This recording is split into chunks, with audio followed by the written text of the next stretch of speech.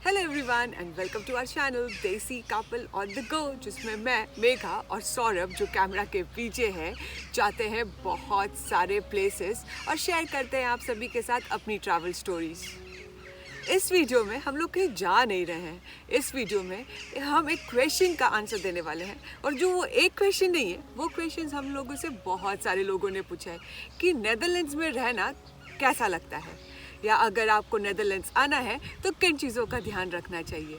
इस वीडियो में मैं आपको डिफरेंट जो कैटेगरीज है उसके बारे में बताने वाली हूँ। और वो डिफरेंट कैटेगरीज क्या है, यहाँ की हाउसिंग, सिटीज़, जो ट्रांसपोर्ट है, जो यहाँ का फूड है, जो यहाँ का जॉब अपॉर्चुनिटीज़ है, हेल्थ इंश्योरेंस क्या है, और इन सब के ऊपर जो टैक्स लगता है उन सब के बारे में मैं आपको बताने वाली हूँ। नेदरलैंड्स में टूरिस्ट तो बहुत आते हैं, बट कुछ लोग आते हैं जॉब करने के लिए और कुछ लोग आते हैं पढ़ाई करने के लिए।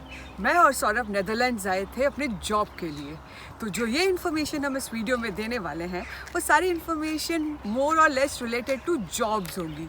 बट अगर आप स्टूडेंट हैं तो भी आपको ये वीडियो ज़रूर काम आएगा, तो आप तभी ये वीडियो देखिए क्योंकि इसमें बहुत सारी जनरल इन्फॉर्मेशन भी है। आज यहाँ नेदरलैंड्स में कड़कड़ाती हुई धूप है, बिल्कुल सर पे और मेरे फेस पे आ रहा है बिल्कुल हार्श सन, और इतनी सारी चिड़िया बोल रही है क्योंकि समर्स यहाँ पे शुरू हो गई है और जल्द शुरू होने वाले हैं यहाँ के समर वेकेशन। तो आ गई हूँ अब मैं यहाँ छाँव में, यहाँ बहुत सारे पेड़ हैं और हम बात करते हैं हमारी फर्स्ट कैटेगरी की, जो कि है नेदरलैंड्स और नेदरलैंड्स की सिटी।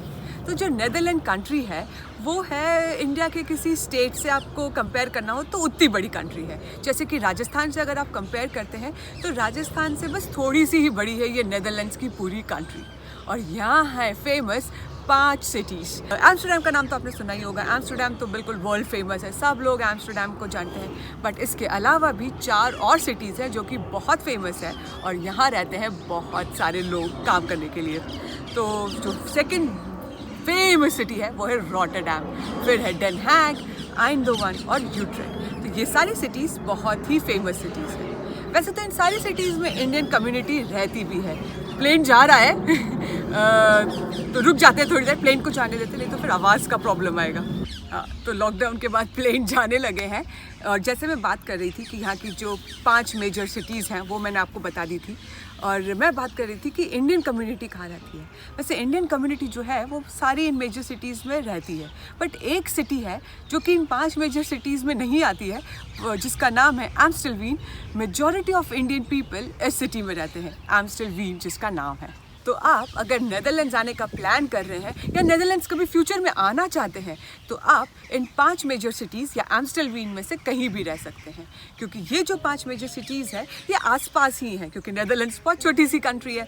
तो ऐसा पॉसिबल है कि आप एम्स्टलवीन में रह के आप डेन हैग में काम कर सकते हैं, या डेन हैग में रह के आप एम्स्टरडैम में काम कर सकते हैं, या रॉटरडैम में काम कर सकते हैं, क्योंकि यहाँ आप आसानी से ट्रैवल कर सकते हैं, चाहे वो पब्लिक ट्रांसपोर्ट हो और या चाहे आप अपनी कार लेना चाहते हो, तो वो पॉसिबल है। तो आप एक सिटी में रह सकते हैं और आसानी से दूसरे सिटी में जाके काम कर सकते हैं। So once you know your city, next category है यहाँ की हाउसिंग।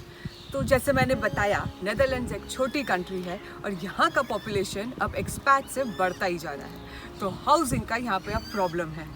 बट ऐसा नहीं है कि आपको घर मिलेगा ही नहीं। हाँ, थोड़ा पेशेंस चाहिए होगा और फिर आपको यहाँ घर मिल जाएगा। अगर आप अपार्टमेंट में रहना चाहते हैं तो वो भी एक पॉसिबिलिटी है, अगर आप इंडिपेंडेंट हाउस लेना चाहते हैं तो वो भी एक पॉसिबिलिटी है। हाँ, रेंट आपको थोड़े हाई लग सकते हैं। तो कितना रेंट है?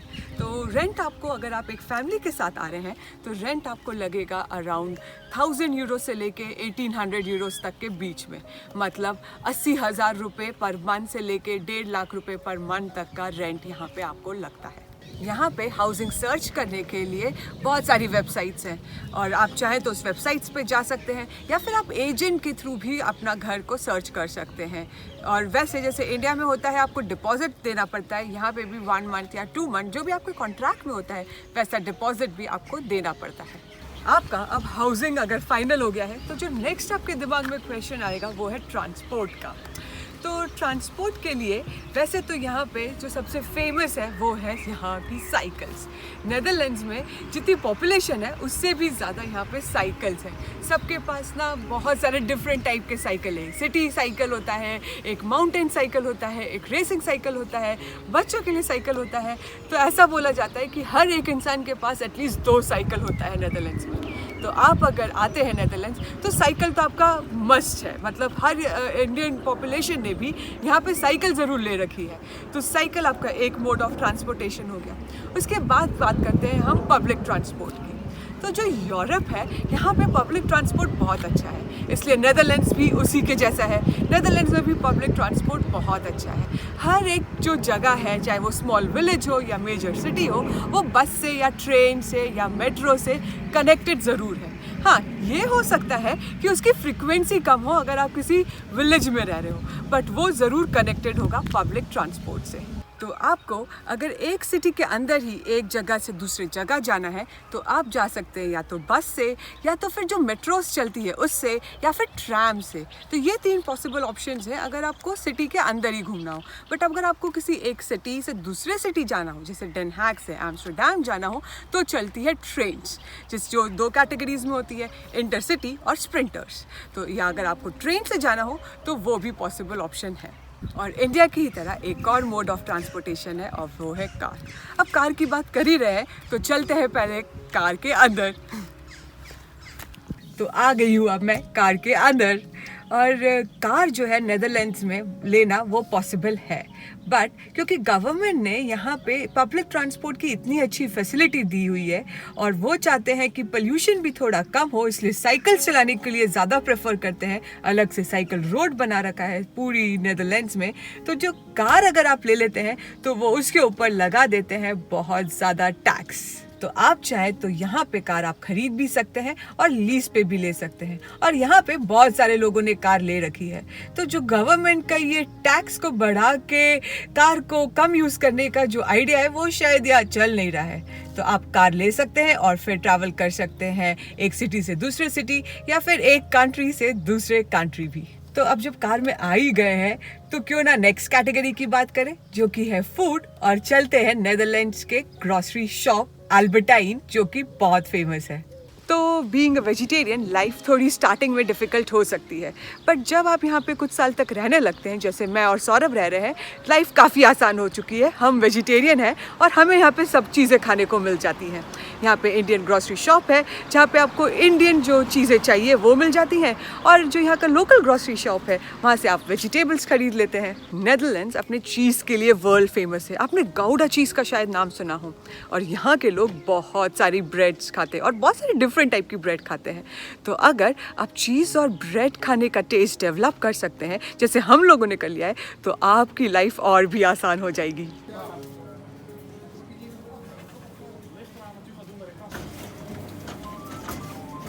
तो मैं यहाँ के ग्रोसरी स्टोर से लेकर आ गई हूँ फ्रेश हेल्दी ऑरेंज जूस। अब अगर बात कर ही रहे हैं हेल्दी चीज़ों की, तो बात करते हैं नेदरलैंड के हेल्थ सिस्टम की। जैसे यूके में या कनाडा में गवर्नमेंट ही स्पॉन्सर कर देती है हेल्थ सिस्टम को, नेदरलैंड्स में ऐसा नहीं होता है। जब आप नेदरलैंड्स में आते हैं तो आपको लेना पड़ता है हेल्थ इंश्योरेंस, और फिर जाके रजिस्टर करना पड़ता है यहाँ के जीपी से, जो कि आपका लोकल डॉक्टर होता है। और फिर अगर आपको कोई प्रॉब्लम होती है या आप बीमार होते हैं तो सबसे पहले जाना पड़ता है आपको अपने जीपी के पास, और फिर वो जीपी चेक करता है आपको, और अगर नॉर्मल कोई चीज़ है तो आपको मेडिसिन दे देता है, और अगर कुछ स्पेशल है तो वो आपको किसी स्पेसिफिक स्पेशलिटी डॉक्टर को रिकमेंड कर देता है। वैसे यहाँ पे एक जोक बहुत फेमस है डॉक्टर्स के लिए कि अगर आप नेदरलैंड्स में बीमार पड़ जाते हैं, कैसे भी बीमार पड़ जाते हैं, तो डॉक्टर यहाँ पे सिर्फ आपको पैरासीटामोल रिकमेंड करता है और बोलता है कि ये पैरासीटामोल खा लीजिए और आप ठीक हो जाएंगे, आपकी सारी प्रॉब्लम्स ख़त्म हो जाएगी। और इस बात पे मैं पी लेती हूँ ये हेल्दी ऑरेंज जूस। तो इन सब बेसिक कैटेगरीज के बाद अब हम बात करते हैं जॉब अपॉर्चुनिटीज़ की। तो नेदरलैंड्स में आप तभी आ सकते हैं जब यहाँ की कोई लोकल कंपनी आपको स्पॉन्सर कर रही है। तो अगर वो आपको स्पॉन्सर कर रही है तो आप यहाँ पे जॉब कर सकते हैं, और तब तक जॉब कर सकते हैं जब तक वो आपको यहाँ पे स्पॉन्सर करती है। अगर उसने अपना स्पॉन्सरशिप ख़त्म कर दिया तो आपको वापस इंडिया जाना पड़ेगा। बट अगर आप जॉब स्विच करना चाहते हैं तो वो भी पॉसिबिलिटी है। हाँ, बट आप जिस कंपनी में स्विच कर रहे हैं उस कंपनी को आपका वीज़ा स्पॉन्सर करना पड़ेगा। अगर वो स्पॉन्सर नहीं करती है तो आप यहाँ पे काम नहीं कर सकते हैं। UK, US, कनाडा, ऑस्ट्रेलिया, ये सब जो है इंग्लिश स्पीकिंग कंट्रीज हैं, इसलिए यहाँ पे जॉब करना बहुत आसान है। बट जो नेदरलैंड्स है वो है डच स्पीकिंग कंट्री। तो वैसे तो यहाँ इंग्लिश स्पीकिंग जॉब्स हैं, पर अगर आपको डच आती है तो आपके लिए अपॉर्चुनिटी के जो गेट्स हैं वो बहुत सारे खुल जाते हैं। और जॉब्स के लिए यहाँ पे जो मेजर जो IT के जॉब्स होते हैं उसके लिए लिंक्डइन बहुत अच्छी वेबसाइट है, और यहाँ पे बहुत सारे एजेंट्स भी होते हैं जो आपको हेल्प करते हैं यहाँ पे जॉब्स के लिए। जॉब लगती है तो जॉब के साथ आती है इनकम, और इनकम के ऊपर लगता है इनकम टैक्स। तो अब बात करते हैं नेदरलैंड्स के इनकम टैक्स की। तो नेदरलैंड्स जो है वो वर्ल्ड के कुछ हाईएस्ट इनकम टैक्स लगाने वाली कंट्रीज़ में से एक है, और यहाँ पे ऐसे 3 स्लैब्स हैं जो आपकी इनकम पे लगते हैं। बट जो मेजर जो यहाँ के लोग हैं वो बेसिकली 2 कैटेगरीज में फिट होते हैं। एक है जिसका थोड़ा कम इनकम होता है, उनके ऊपर लगता है 38% टैक्स, और जिनका थोड़ा हायर सैलरी है उन पे लगता है 52% टैक्स। आप सोच सकते हैं 52% टैक्स अगर आपकी सैलरी पे लग जाए तो मतलब आधे से ज़्यादा तो गवर्नमेंट ने ही ले लिया।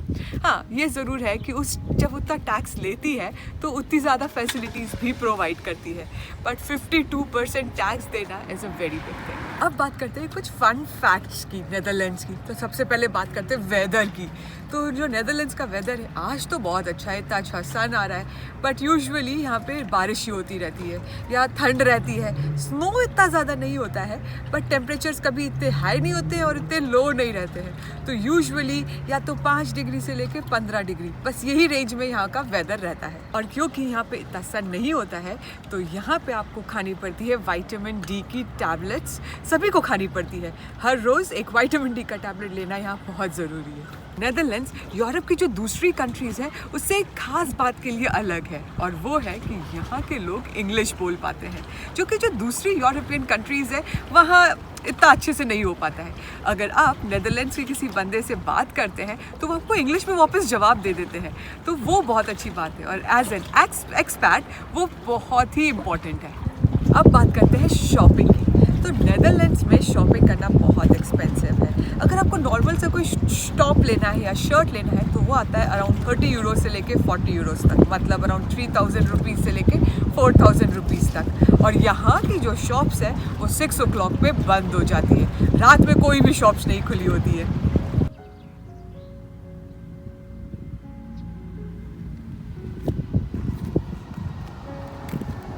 तो मेरे पीछे लगी हुई है कोई सब्जी, ये ट्यूलिप के फील्ड्स नहीं है, ये कोई सब्जी है या पता नहीं कोई फ्लावर का प्लांट है, बट ट्यूलिप्स नहीं है जिसके लिए नेदरलैंड्स फेमस है। बट अगर आपको पता है कि ये किस चीज़ का पौधा है या ये किस चीज़ की खेती है एक्चुअली, तो मुझे कमेंट सेक्शन में ज़रूर बताइएगा। इस वीडियो में वो सारी इन्फॉर्मेशन मैंने दी जो आपको चाहिए नेदरलैंड्स ट्रैवल करने के लिए। अगर कोई कैटेगरी मिस हो गई है या कोई इन्फॉर्मेशन मिस हो गई है तो मुझे आप कमेंट सेक्शन में पूछ सकते हैं, और मैं या सौरभ उस क्वेश्चन का ज़रूर रिप्लाई करेंगे। और अगर आपको कुछ स्टूडेंट रिलेटेड क्वेश्चन है तो वो भी कमेंट सेक्शन में पूछिए, और हम उसके बारे में रिसर्च करेंगे, और अगर हमें इन्फॉर्मेशन मिल पाती है तो हम उसका आंसर ज़रूर करेंगे।